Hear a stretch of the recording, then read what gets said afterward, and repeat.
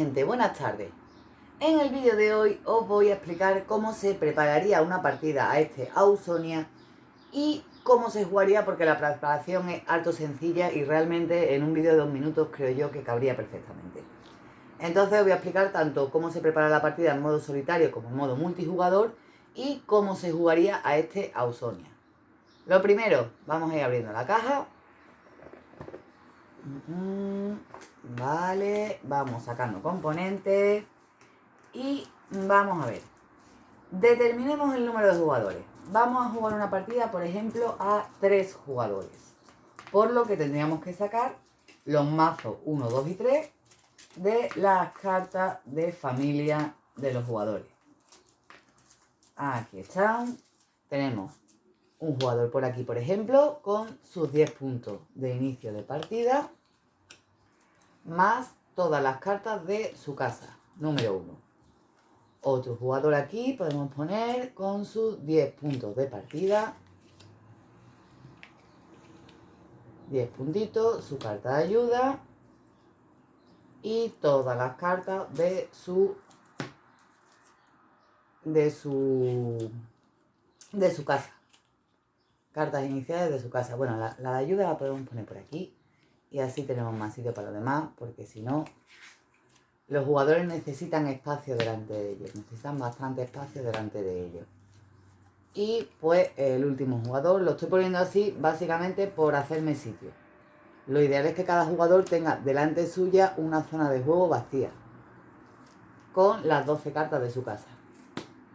Más cosas que hay que poner. Las cartas de poder. Las cartas de poder se barajan y se colocan boca arriba al alcance de todos los jugadores.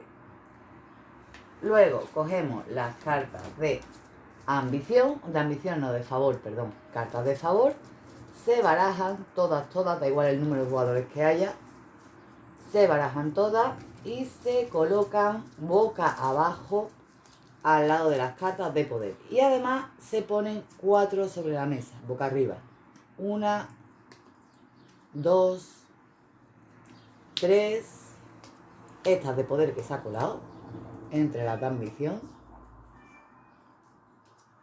4 cartas de favor. O sea, la ambición no, de favor. Estoy emperrada con las de ambición, pero son cartas de favor. Esta sería la preparación a multijugador. Ya no tiene más. Que además queremos meter las cartas de ambición, que estoy yo emperrada con las cartas de ambición desde el principio. Pues lo único que tendríamos que hacer sería coger las cartas de ambición, que las estoy cogiendo ahora mismo porque son difíciles de coger de la caja. Por favor, salid de ahí. Ya las tengo aquí.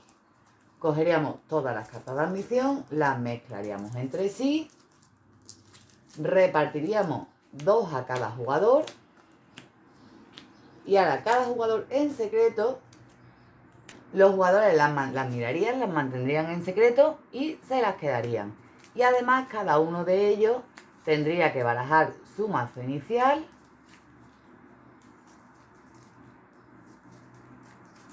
hacer su montón de robos y robar 6 cartas.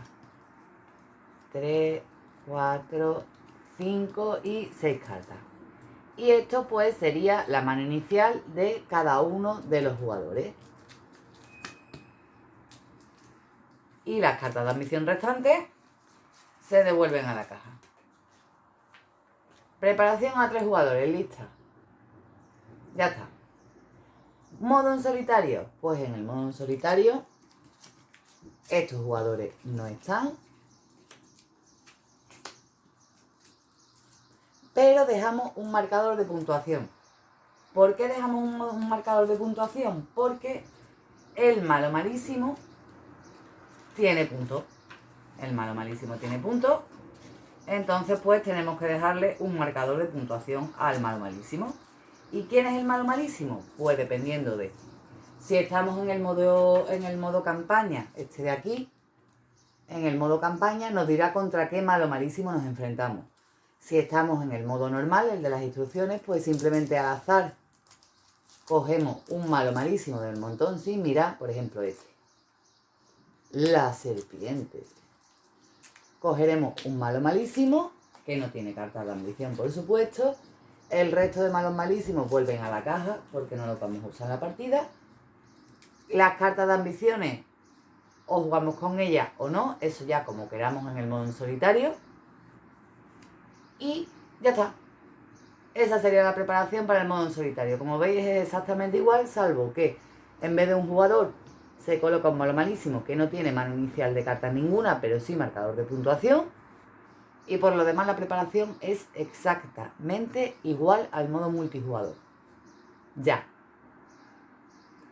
Y como os he dicho antes que la preparación es muy sencilla, pues os voy a explicar también cómo se juega a esto de el Ausonia. El turno del jugador, tanto en modo en solitario como en modo multijugador. Lo que voy a explicar ahora sirve para todos los modos de juego, ¿vale? Para los dos modos de juego, que es el turno básico del jugador. El jugador que va de mano, al jugador que le toca, tiene que hacer una serie de cosas en su turno que están aquí perfectamente explicadas en esta tarjeta, que es la secuencia de turnos.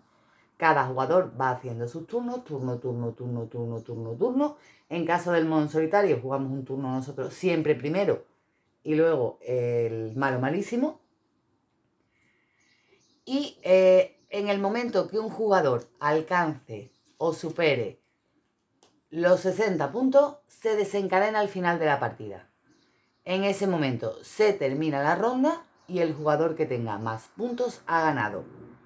No tiene por qué ser el jugador que ha desencadenado al final de la partida el que gane, porque puede que el resto de jugadores en el turno que les queda superen esa puntuación o hagan que el jugador que ha desencadenado al final de la partida reduzca su puntuación quedando por debajo de alguno de ellos. Así es que no tiene por qué ganar la partida, es mejor asegurarse de que vamos a ganar antes de desencadenar el cierre de la partida. Ahora, ¿qué haría un jugador en su turno? Lo primero, partimos de 6 cartas en la mano, al menos en el primer turno. Hay ocasiones en que tendremos más o tendremos menos porque puede variar el tamaño de esta mano en función de lo que digan algunas cartas. Pero en principio partiríamos con 6 cartas en la mano. Las cartas de ambición las tendríamos que tener siempre muy claras, porque para ganar la partida, aparte de ser el que más puntos tenga, tenemos que cumplir al menos una de las 2 cartas de ambición. Si no, no podemos optar a ganar la partida. Es decir, si yo tengo 82 puntos, soy el que más tengo, pero no cumplo ninguna de mis 2 cartas de ambición, no puedo ganar la partida y se mira quién es el siguiente jugador con más puntos, que aunque tenga 3 puntos me gana, si cumple alguna de sus cartas de ambición. Entonces, esto siempre lo tenemos que tener muy claro. Y tendríamos pues la mano de partida aquí, lista para nuestra mano. ¿Qué es lo primero que tendríamos que hacer? Jugar cartas de la mano. Ahora mismo que nada más que me han tocado gemas. Imaginaos que me han tocado alguna carta más, por Dios. Por ejemplo, estas 2 cartas. Vamos a quitarnos 2 gemas de aquí. Imaginaos que me ha tocado esta mano. Vamos a dejar las cartas por aquí, las cartas de ambición. Y suponed que esta es mi mano de cartas. ¿Qué tendría que hacer? Pues yo tendría que jugarlas en el orden que me diese la gana para hacer varias cosas con ellas. ¿Qué puedo hacer? Puedo jugar cartas de mi mano y activarlas. Por ejemplo, yo puedo jugar esta carta y pagando una gema roja podría robar otras 2 cartas del mazo. Eso sería una de las acciones disponibles. ¿Qué más podría hacer? Podría usar gemas que tenga en mi mano para coger cartas de favor. Por ejemplo, con estas 2 gemas yo cogería esta carta de favor y la pondría boca abajo. Siempre la carta de favor que acaba de coger la pongo boca abajo. ¿Qué más cosas podría hacer? Ah, bueno, y esta se rellenaría inmediatamente. En partidas multijugador da exactamente igual, directamente tapar el hueco. En partidas en solitario se desplazan las cartas a la izquierda y las nuevas se añaden al final. Ahora veréis por qué cuando le toque al malo malísimo jugar. ¿Qué más cosas puedo hacer? Imaginaos que tengo muchas más cartas en la mano. Que esto es una mentira horrorosa, pero es para explicaros cómo va. ¿Qué más puedo hacer? Puedo cartas que tenga boca abajo en la mesa, convertirlas en gemas permanentes. ¿Cómo se hace esto? Pues las gemas que tengan aquí una estrellita, las pongo encima de una de las cartas que hay boca abajo, encima de la mesa, en mi zona de juego, y las podría convertir en gemas permanentes, que en este mismo turno ya puedo usar. Aquí tengo una gema verde, para siempre, encima de la mesa. Esta gema no se va a ir nunca. Para usarla, solo la tengo que girar para saber que está usada. Y al final de mi turno se vuelve a enderezar. Más cosas que puedo hacer. Puedo comprar gemas. Podría pagar 2 gemas azules para comprar una gema. Exactamente esta gema, exactamente igual que las otras, se podría hechizar para tener gemas permanentes. Siempre que tenga aquí arriba la estrellita lo puedo hacer. ¿Qué más podría hacer? Podría jugar cartas de mi mano, que estas cartas van a tener distintas acciones. Esta, por ejemplo, el draw 2, he robado 2 cartas. ¿Qué puede haber? Puede haber cartas que me den influencia, por ejemplo, esta. Si yo jugase esta porque la tuviese en mi mano y pagase uno verde, sería descartar una carta, que es decirle a tu oponente que se descarte de una carta, y ganaría 2 de influencia. ¿Qué es ganar 2 de influencia? Subir 2 en el marcador de puntuación. Corrupción. Si hubiese cartas con corrupción, por ejemplo, esta carta es Foresight 3. No, pero esta no es de corrupción. Había por ahí alguna carta de corrupción. Corrupción, influencia. Uy, aquí tengo un montón de cartas mezcladas de poder. Influencia. ¿Veis? Cartas de poder mezcladas. Corrupción 4. Esta carta. Corrupción 4. ¿Qué significa? Que le quito al oponente de mi elección 4 puntos de influencia. Ahora mismo solo tendría un oponente que está en 10, pues si juego corrupción 4, lo dejaría en 6 puntos. Eso es corrupción. Discard, ya lo hemos dicho, que obligas al oponente a descartarse de X cartas. Draw X significa que yo robo de mi mazo de robo X cartas. ¿Qué pasa si no tengo mazo de robo? Pues que barajo mi descarte y lo vuelvo a poner como mazo de robo. Ahora mismo es que no tengo de nada, pero porque soy una exagerada porque coge todas las cartas. Manipulation. ¿Qué significa Manipulation X? Pues si yo tuviese un mazo de descarte, imaginaos que esto es mi mazo de descarte y esto es mi mazo de robo, Manipulation X es que yo puedo coger X cartas de mi mazo de robo, por ejemplo, Manipulation 2, pues yo quiero esta, y las puedo poner en cualquier orden en mi pila de robo. Eso es el Manipulation. El Foresight. El Foresight significa que yo miro X cartas de mi mazo de robo, por ejemplo, Foresight 3, y decido reorganizarlas como yo quiera y las vuelvo a dejar ahí, de forma que luego para robarse lo que me va a tocar. Raise. Raise significa que de mi mano, imaginaos que yo tengo esto en mi mano y juego un Raise 2. Esta, Raise 2. Pago 2 gemas verdes, que las tengo que tener, y hago un Raise 1. ¿Qué significa? Que robo X cartas, en este caso una, de mi mazo de robo o de mi mano, y las pongo boca abajo. Por ejemplo, esta me gusta. Y esta también, hoy me gustan todas las que tengo aquí. Bueno, imaginaos que esta no me gusta así. Y las pongo boca abajo en mi zona de juego. Ya hago con ella lo que quiera. La puedo convertir en un hechizo. Ya puedo hacer con ella lo que me dé la gana. Eso es el Raise. ¿Qué más? Seal. Sí, vamos a ver. Seal significa como guardarse una carta. Si yo hago un seal, yo cojo una carta que esté en mi zona de juego ya jugada, que no venga de un seal anterior, o sea, no puedo haber hecho un seal anterior sobre esa carta, no puede venir de ese almacén en esta misma ronda, tendría que haberse jugado directamente desde mi mano, ¿vale? Y la guardo encima de la mesa. ¿Eso qué significa? Que al final de mi turno, cuando yo coja todas las cartas y las ponga al descarte, de las que he hecho seal no lo voy a hacer, se van a quedar ahí encima de la mesa. Cuando a mí me dé la gana en turnos posteriores, estas cartas las voy a poner otra vez en el área de juego y las voy a jugar pagando su coste y haciendo su acción. Es como esta carta que acabo de jugar, resérvamela que la quiero jugar en turnos posteriores. Lo bueno de eso, que no ocupa tamaño en la mano, y que si consigo aquí un almacén de sil graciosillo, pues al final puedo jugar un montón de cartas seguidas que me van a dar bastantes puntos de influencia o de corrupción o capacidad de robo, etcétera, etcétera. Puedo hacer muchos combos de cartas. Aquí he cogido una y no he repuesto. Y por último, en el modo en solitario hay una acción más, además de esta, que es burn, quemar, brum, no, burrum, no sé, es burn, es que se pronuncia muy raro. Quemar. ¿Qué significa quemar? Quemar significa que de mi mazo de robo voy a quemar X cartas y las voy a poner en el mazo de descartes. En el caso de que en mi mazo de robo no hubiese cartas, estuviese vacío así y me hacen un burn de esto, tendría que pagar tantos puntos de influencia como cartas no pudiese quemar. Es decir, si me hacen así un burn 3, pues yo haría 1 y me quitaría 2 puntos de influencia, porque no puedo pagar 2 de esas cartas a quemar.